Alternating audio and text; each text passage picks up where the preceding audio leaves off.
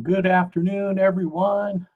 Good to see you here on Monday. You wouldn't believe it if I told you, but I'm glad to be back with you, coming back from a trip to California, see my mom and my brother and some family and friends and clients. And back to give you the top 5 news show. If you're new here, we give you 5 stories in 5 minutes, weekdays at 5 o'clock Eastern time. It's Monday, November 24th. Here's what's making headlines today. Story number 1, federal judge has thrown out multiple cases against former FBI Director James Comey, dismissing allegations tied to the handling of classified information during the Trump era. Legal experts say it could set a precedent.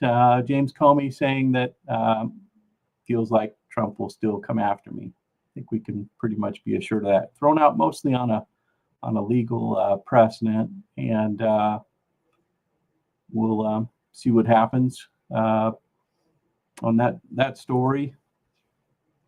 But yeah, we can be assured, I think, that Trump will continue to pursue Letitia James and James Comey. Thrown out, both cases thrown out on technicalities. Story number 2 today. Secretary of State Marco Rubio has announced that parties have made great strides towards a potential peace settlement in the Russia-Ukraine conflict. In fact, one source quoted him as saying that it was the best day ever in negotiations. So maybe we'll get peace, who knows?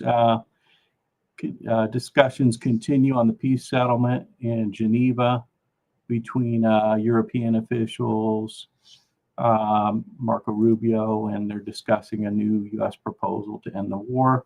This comes amid ongoing tensions, and details are scarce, but possibly a shift in the Trump administration's approach to the prolonged conflict. Story number 3 today, Donald Trump announced he had a very good telephone call. He always has a very good phone call, right?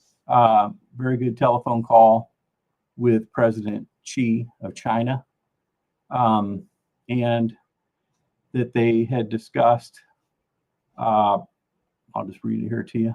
They discussed the Ukraine and Russia conflict, soybeans, fentanyl, other products. Trump highlighted a significant deal for farmers and noted progress since the recent meeting in South Korea. And then the president of China invited Trump to Beijing in April, and then there's a reciprocal state visit plan for President Xi to come to the United States later this year, and an emphasis on ongoing communication. Hopefully we can get a settlement in the tariff situation. Story 4 today, President Trump vows to designate the Muslim Brotherhood as a terrorist organization, a decision that could shape U.S. foreign policy in the Middle East and impact alliances with countries where the group has influence. Story number 5 today, Elon Musk reposting to his 229 million, I'll round up 230 million followers, supporting Congress's passing of voter identification, suggesting paper ballots, same-day voting, proof of citizenship, and that's it.